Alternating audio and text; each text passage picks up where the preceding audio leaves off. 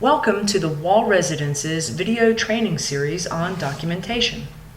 In the first video, we covered the basics of documentation, such as why we document, the components of all documentation, and how to make corrections. In this second video of the series, we will exclusively cover progress notes as entered into the LARA system. The progress note is a narrative document in which the direct support professional provides a written accounting of services delivered. In other words, the progress note is the direct support professional's receipt to Medicaid for services delivered and payments received. Let's take a quick look at what the waiver manual lists as documentation requirements. In general, documentation must confirm the individual's attendance, the amount of time in services, and provide specific information regarding the individual's response to various settings and supports as agreed to in the plan for supports. The regulation goes on to state that documentation typically takes on many forms. A narrative is required, which describes the major activities or events of the day, including specific responses to the implementation of the plan for supports and any unusual responses that may signal a need to review the plan. Medicaid requires daily documentation of supports delivered to meet health and safety needs, as well as address quality of life standards. Documentation of implementation of skill-building activities is a requirement to include the data collected and progress towards meeting those skill-building activities. Documentation of safety supports must detail the specific support performed by the staff that directly relates to the health and safety needs of the individual as reflected in the assessment and in the plan for supports. Safety support should be documented each time supports are provided. Documentation of correspondences and significant contacts made with individual, family, case manager, and all other professionals is required. Documentation of specific supports and services delivered for periodic support is required. The date, the hours reused, the reason used, the service and supports provided, and the number of hours is included in this documentation. Wall Residence's progress note and billing log, as found in the LARA system, is a combined form in which the direct support professional documents the services delivered as per the Medicaid waiver regulations. In order to prepare for writing progress notes, the direct support professional will want to have a thorough understanding of the individual's plan for support. A reference guide with the skill-building activities and shared outcomes will also help guide the direct support professional's written review of services as it pertains to these very specific activities and outcomes. You may also want to print a copy of the progress note billing log template that is available from your program manager. Finally, you may want to have access to the references from the previous video on best practices for narrative writing.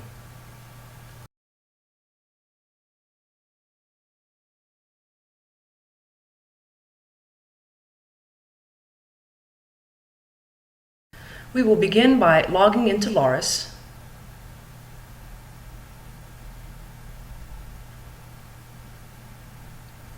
choosing Consumers, choosing the magnifying glass beside the individuals whose progress note we want to complete,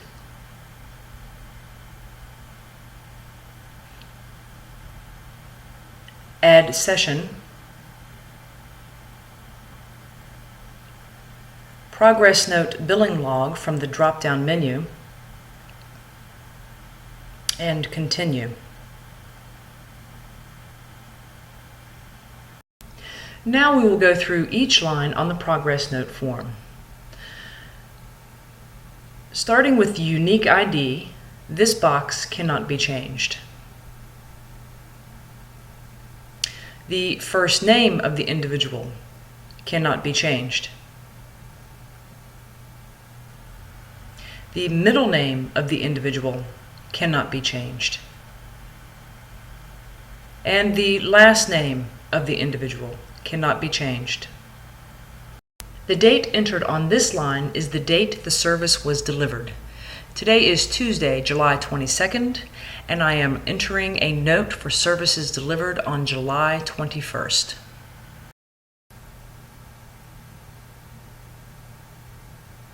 On the next line, the Medicaid ID cannot be changed.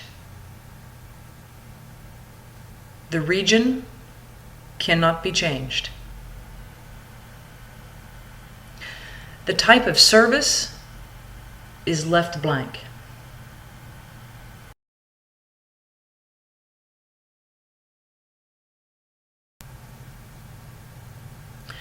Time in is the time in which services began by the person completing the note.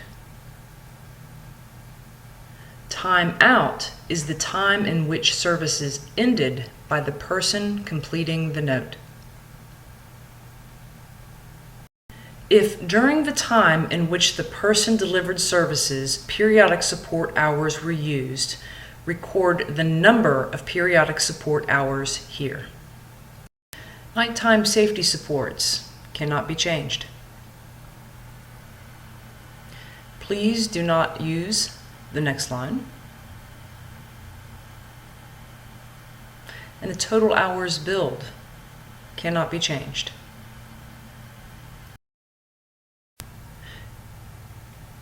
If general supervision was included in the service, choose yes. Otherwise, leave no. If the writer worked 2 shifts in a 24-hour period, then enter the second time in and the time services were stopped.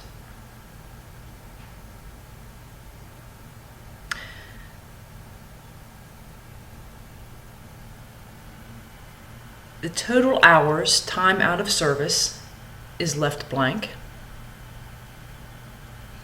If the person left services during the day, choose yes, otherwise choose no. If yes was chosen, select the reason the individual was out of services.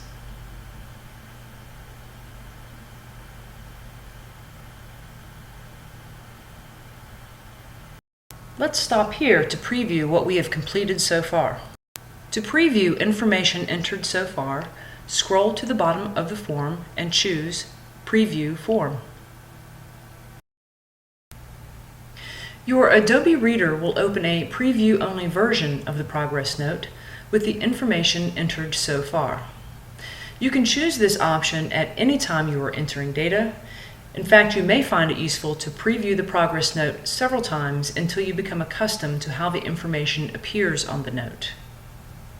Remember, this is preview mode only, not a save mode. To return to the form, close the Adobe window.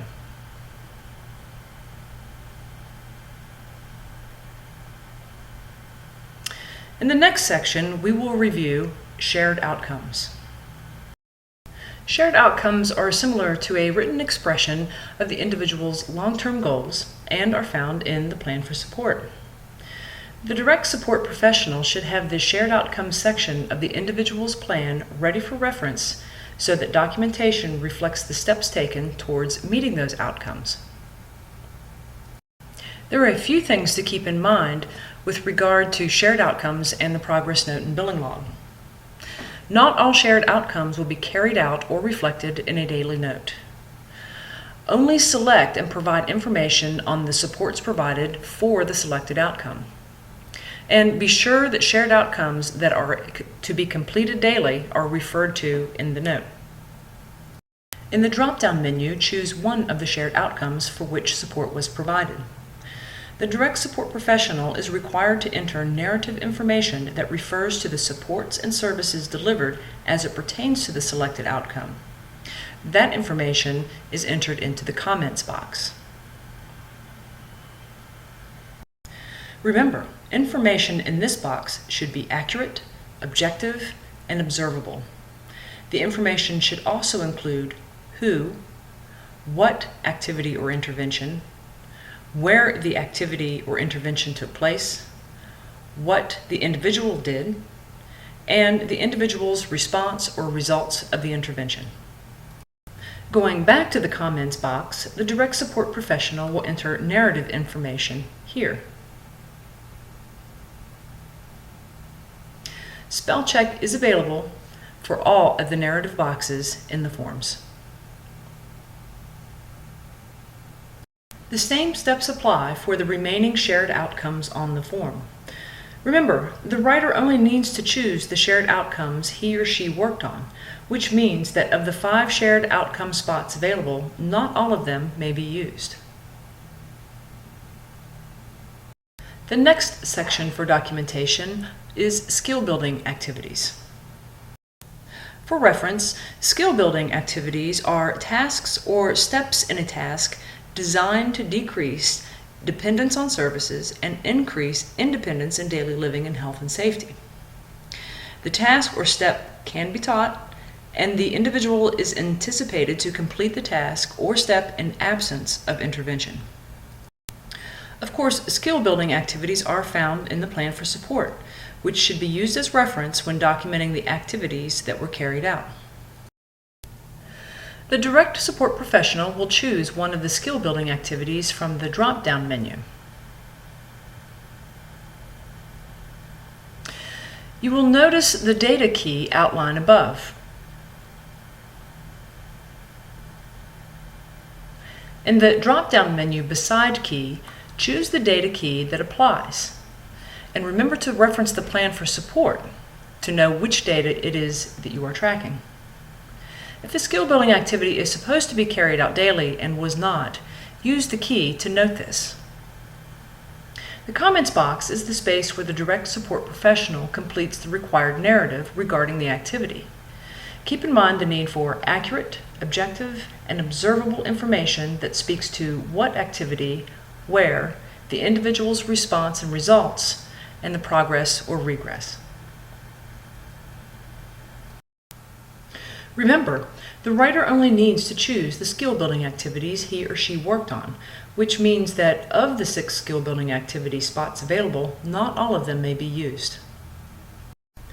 The next section is Other, and this section pertains to any additional information that needs to be documented. Again, it is important that the direct support professional refer to the plan for support to know what areas do require input. Remember, even in this section, all comments must include accurate, objective, and observable information. Make sure to include who, what activity or intervention, where, what the individual did, and the response or results.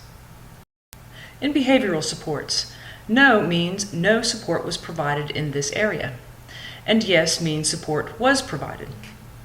A description includes any interventions or specific support either to redirect or maintain stability.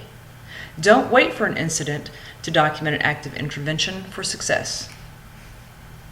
For protocols, you must refer to the plan for support. Yes means that there was a deviation from the written protocol to include a description of the change, an obstacle or issue with the protocol, or any new strategies to consider. Hospitalization. No means that the individual was not seen at the emergency room nor was admitted, but yes means that the individual was seen by the emergency room or admitted. Provide a brief reason, such as pneumonia. And for discharge protocols, provide a brief description, such as bed rest. Under health and safety, yes means supports were provided as related to health and safety. And the description, of course, includes support provided as related to health and safety. And finally, social encounters refers to any social contact with persons who are considered mandated reporters.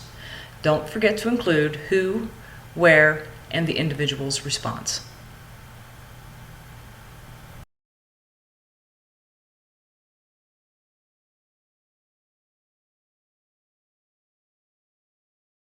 Now let's move into the appointments section. This section is designed to identify appointments as it typically relates to health. Medical, psychiatric, podiatrist, neurologist, allergist, optometrist, specialist, physical therapy, or other are all options in this section. In the Type drop-down menu, choose the type of appointment the individual attended. If other was chosen, be sure to specify the type of appointment. In the Details section, list the name of the doctor, the reason for the appointment, the recommendations, and any medication changes. Be brief, the details will be found elsewhere in the record. If more than one appointment occurred on the date of the note, there is a second option for the second appointment.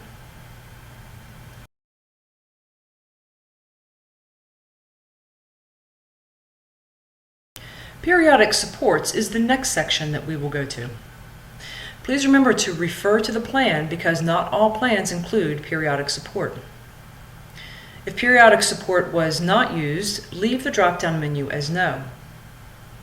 In the Hours box, type in the number of hours used for the day. In the Reason box, include the reason why periodic support hours were used, such as illness. And in the Specific Supports box, a narrative regarding supports and activities provided that cover the hours used is required.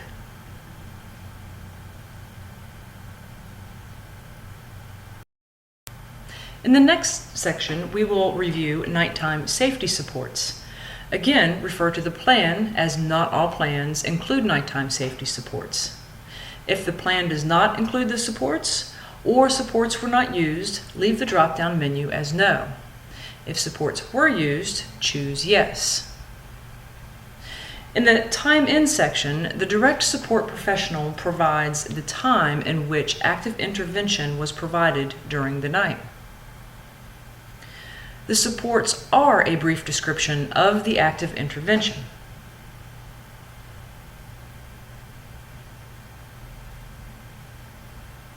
The key above will provide various reasons for support. The direct support professional may use as many as needed. The time out is where the direct support professional documents the time that active intervention was discontinued. You will notice that there are up to 7 places where the worker can enter the time that supports are provided and ended, along with the required supports provided and interventions taken.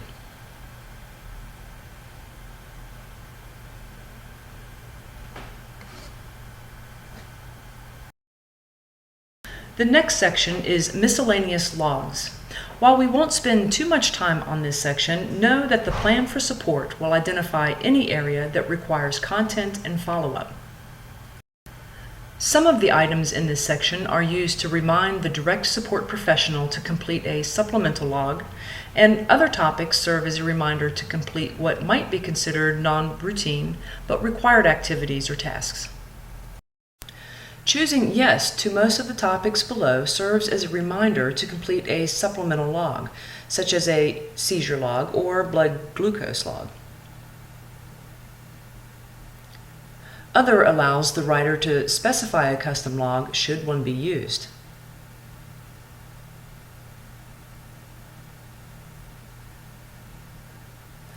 Yes for diet indicates a nutritional protocol was carried out and the supplemental log was completed.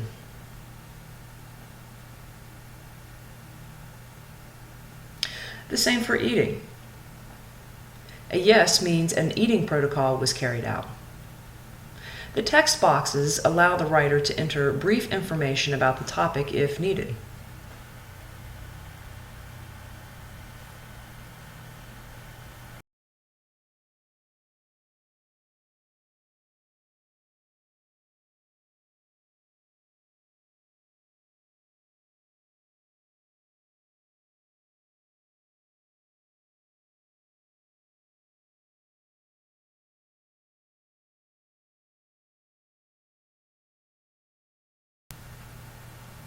The medical device section serves as a reminder to those that need to document their care for any medical equipment to assure good working order.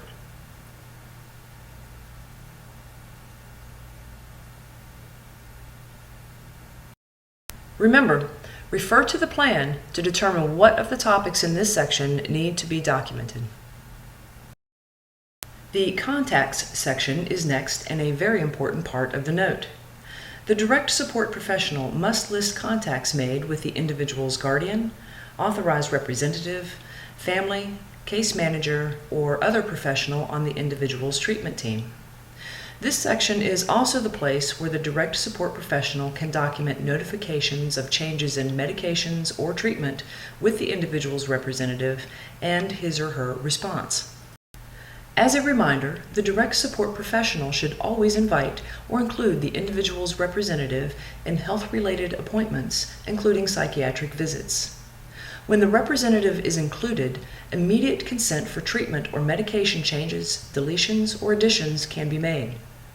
If the representative cannot attend, the direct support professional is responsible for immediately contacting the representative to review and gain consent for any treatment or medication changes. This contact is documented in this section and serves as a placeholder until written permission is received. Remember to note who was contacted, how the contact was made, be it email, phone, letter, or other method, the reason for the contact, and the result. There is enough space in this section to document multiple contacts in a given day if needed. Simply hit the Enter key on your keyboard to create a new line of information. The last section is a space for any additional information, such as routine supports provided but not captured in a shared outcome, incidents, or other information pertinent to the services delivered.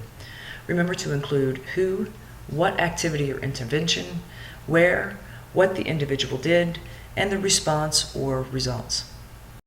Before we submit the note as complete, let's take one more look at how to preview the information entered. Choose Preview Form and wait for the note to open in Adobe. Scroll through the note to review information and notice where the entries were made.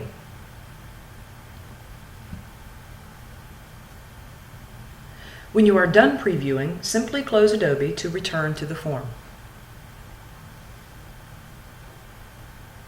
The last step in this process is to sign, date, and enter the note into the record. You will notice that the name of the professional logged in is pre-filled and cannot be changed. The next step is to sign the document, remembering that all notes must be signed in order to be considered entered.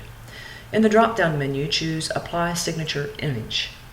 On the credential line, enter your title, such as Direct Support Professional, and any educational credentials you may have, such as RN or BS. The date entered on this line is the date the note is written. Remember, this may not necessarily be the same date the actual service was delivered. Once this information is complete, choose Process Form to enter the note into the record. Remember, once entered, information cannot be changed. Choose Yes when prompted, and by default, the completed note will automatically load in Adobe for your review.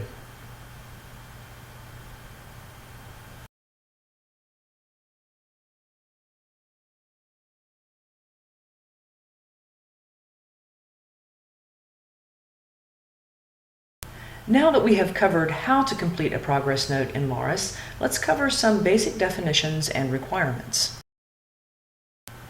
The progress note entered is based on the services provided by the professional that is entering the information. It is not based on the continuum of services that are provided by multiple professionals during the day that is being reported.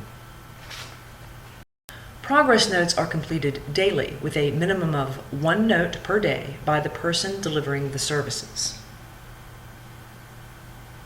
Day means midnight, 12 a.m. to 11:59 p.m. Any service delivered during this period, including nighttime safety supports, is included in the note. If more than one person delivered services on a given day, a note is required from each professional who delivered the service for the time span in which they carried out the service. If 2 or more professionals carry out a service for the same person on the same day, only one direct support professional needs to complete the note for the time service that was delivered. Progress notes are due to be entered into the record no more than 48 hours after the date services were delivered. For example, a note that reflects services delivered October 1st is due no later than October 3rd. Due means processed and entered into the electronic healthcare record. Should unforeseen circumstances prevent meeting the 48-hour requirement, the direct support professional is required to get permission from the program manager to enter later than the 48-hour deadline. And finally, if the writer has documented incorrect information, has omitted information, or needs to provide additional information, the professional will need to enter another progress note citing the error and the correction. This concludes our video training on Progress Notes, a guide to entering notes in the LARS system. Please take a few moments to complete the quiz that follows.